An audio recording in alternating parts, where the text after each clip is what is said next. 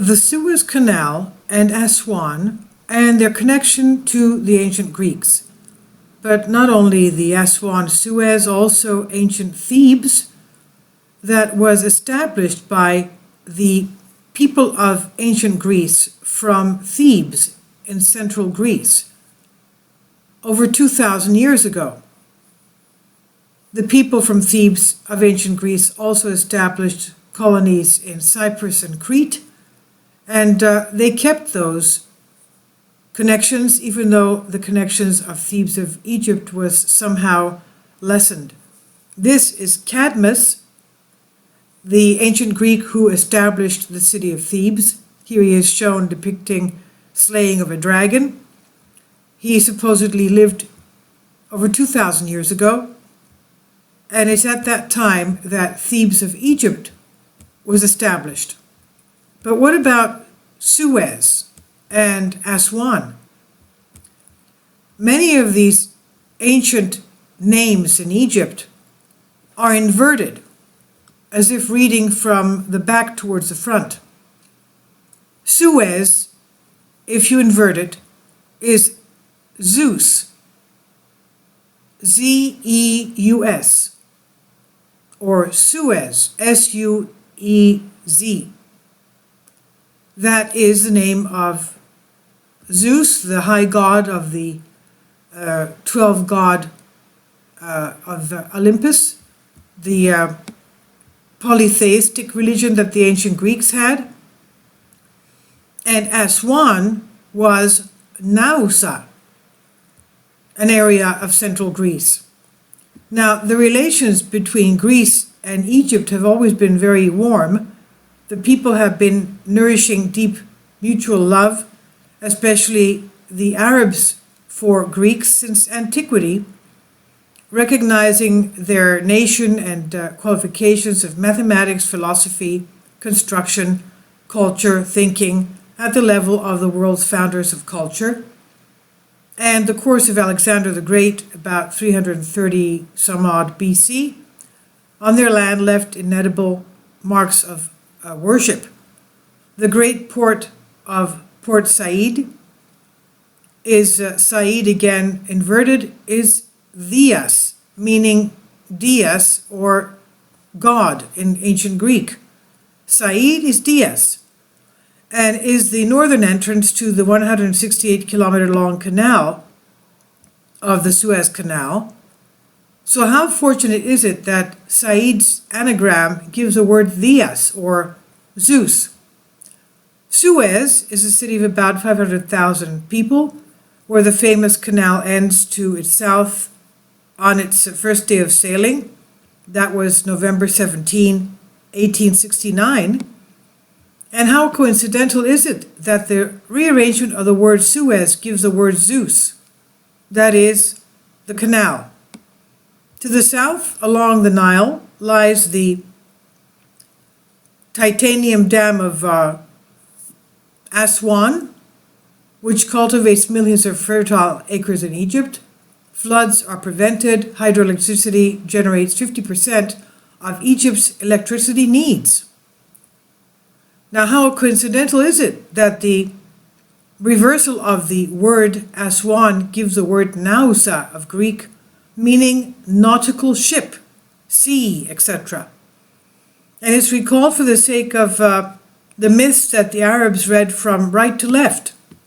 Arabs still read from right to left, and other cultures as well.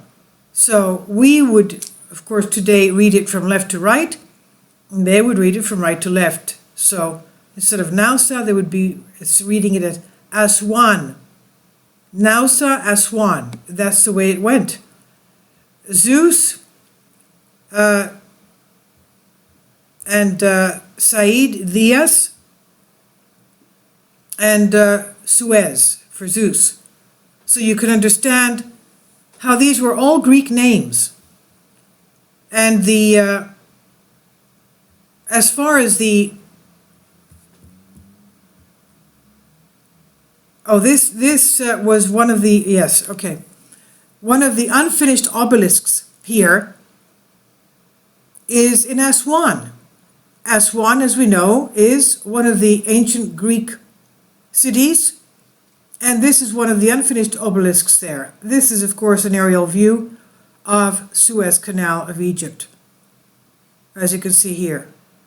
So, one of the things, though, that as I was researching to bring this information to you, is the fact that the alphabet, the ancient alphabet, seems to be, to me, looks like what we have found recently in archaeological sites of North America. This is the linear B text. You see that it's on clay tablets, and it looks very much like what we found in what has been found in ancient America. And I'm going to look into that again to see how similar they are, because to me they look quite the same. So this was translated for most part from a Greek article having to do with the inversion of the names and how Arabs read them from the right to the left, and that we do have very ancient contact of ancient Greeks who have gone to Egypt to settle there and start colonies there. The Thebans from central Greece went to Thebes of Egypt, constructed the first pyramids. We know that the pyramid in Thebes of central Greece is actually a tomb, and Cadmus is buried under there. I remember, well, I'll do another video on that, but I remember when I had first gone to visit, even though I'm here for so many years, I just recently went a couple of years ago to Thebes of central Greece, and I saw a mound, a lot like what we see the mounds in the United States from the mound builders, the Adena cultures of the Native American Paleo-Indians. And I noticed that even though it was grown over by trees and grass, that it had steps. And the steps were like a big block on the bottom, and then the block above that was, in the shape of the step pyramid, was half the size of the block below it. And then the third block above the second block was half the size of the second block.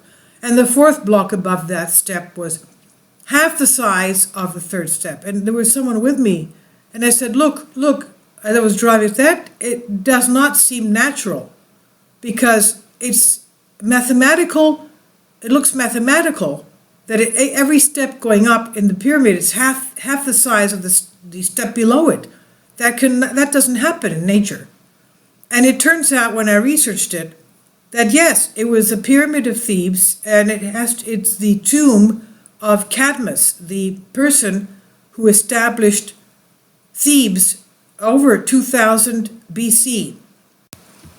Over 2000 BC, that is over 3,000 years ago.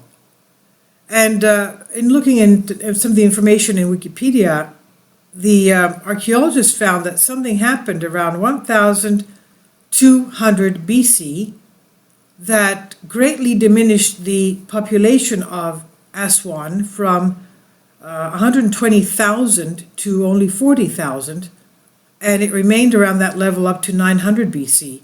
So something drastic must have happened in that area to have caused such a huge destruction of the population. And recently, archaeologists also found tombs there, and found that there were a lot of graves that showed that the remains of the people there had suffered great destruction, whatever that means. That's something that has recently been found as well. Something happened around 1200 BC. Now, I wonder if that was the Great Flood. Not the Great Flood, the Exodus. But the Exodus was much before that. It was around 1450 BC. But there's a lot of mysteries concerning ancient Egypt. Something happened there to cause such a huge decrease in population. But anyway, this is the connections of the ancient Greeks with ancient Egypt. I'll leave links below for you for this. For the most part, I translated from a Greek article, Diadrastika.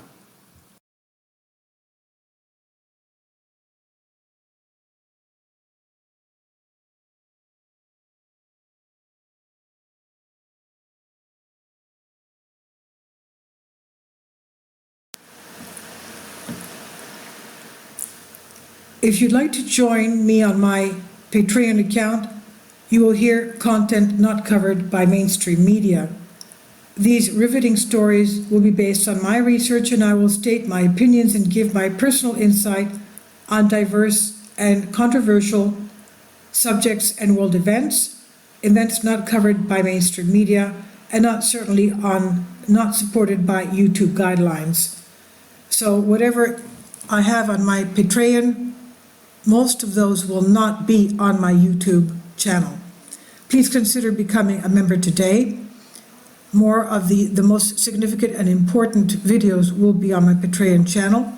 Your support helps me to continue my research and keeps this YouTube channel alive. And we depend on your support, your generous charity, because we help economically challenged families here in Athens, Greece, in Kapota, and we also help the young generation with university tuition and the community around our church. Thank you.